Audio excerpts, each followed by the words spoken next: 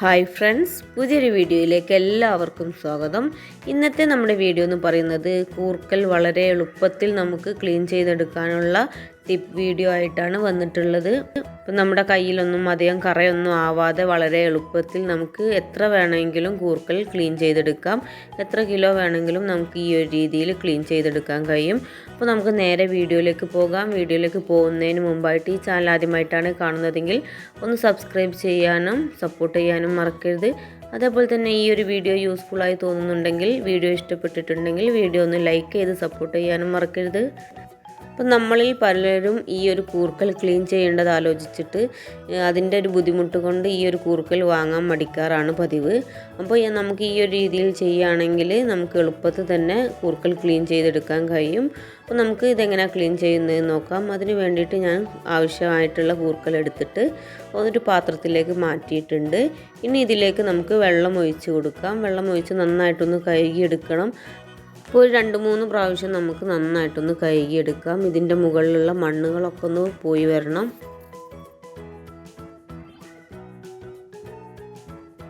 അപ്പോൾ കഴുകി വൃത്തിയാക്കിയിട്ടുള്ള കൂർക്കൽ ഒരു 15 മിനിറ്റ് ഇതേപോലെ വെള്ളം ഒഴിച്ചിട്ടിട്ട് ഒന്ന് കുതിർക്കാൻ വേണ്ടിയിട്ട് വെച്ച് കൊടുക്കാം. 15 മിനിറ്റ് കുതിർത്ത ശേഷം ഈ ഒരു കൂർക്കൽ നമുക്കൊരു പഴയ ഒരു തുണി എടുത്തിട്ട് അത് ഇതേപോലെ ഒന്ന് വിരിച്ച് കൊടുത്ത് അതിൻ്റെ നടുവിലായിട്ട് നമുക്ക് കൂർക്കൽ ഇങ്ങനെ വെച്ച് കൊടുക്കാം. ഇനി നമുക്ക് ഈ ഒരു തുണി നന്നായിട്ടൊന്ന് കൂട്ടി പിടിക്കാം.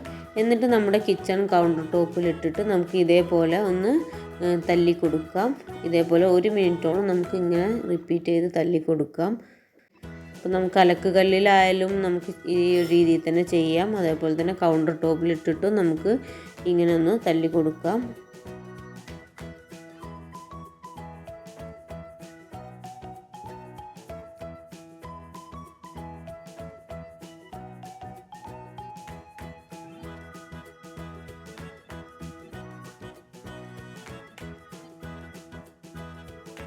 ഇപ്പോൾ നമ്മൾ കൗണ്ടർ ടോപ്പിൽ ഇട്ടിട്ട് ഇതേപോലെ ഒന്ന് തല്ലിയെടുത്തപ്പോഴത്തേക്കും നമ്മുടെ കൂർക്കലിൻ്റെ 75% തൊലികളൊക്കെ പോയി കിട്ടിയിട്ടുണ്ട്.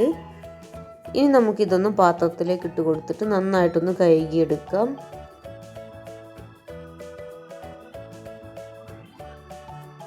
നന്നായിട്ടൊന്ന് കഴുകിയെടുത്തിട്ടുണ്ട്. അപ്പോൾ നമ്മുടെ കൂർക്കലിൻ്റെ 75% തൊലികളൊക്കെ പോയി വന്നിട്ടുണ്ട്. ബാക്കിയുള്ളത് നമ്മൾ ഈ ഒരു കത്തി വെച്ചിട്ട് വളരെ ഈസി ആയിട്ട് ഒന്ന് ക്ലീൻ ചെയ്തെടുക്കാവുന്നതേ ഉള്ളൂ. ആ നാരുകളും ആ ഒരു വിടവിലുള്ള ആ ഒരു തൊലികളൊക്കെ നമുക്ക് ഒരു കത്തി വെച്ചിട്ട് നന്നായിട്ടൊന്ന് ക്ലീൻ ആക്കിയെടുക്കാം.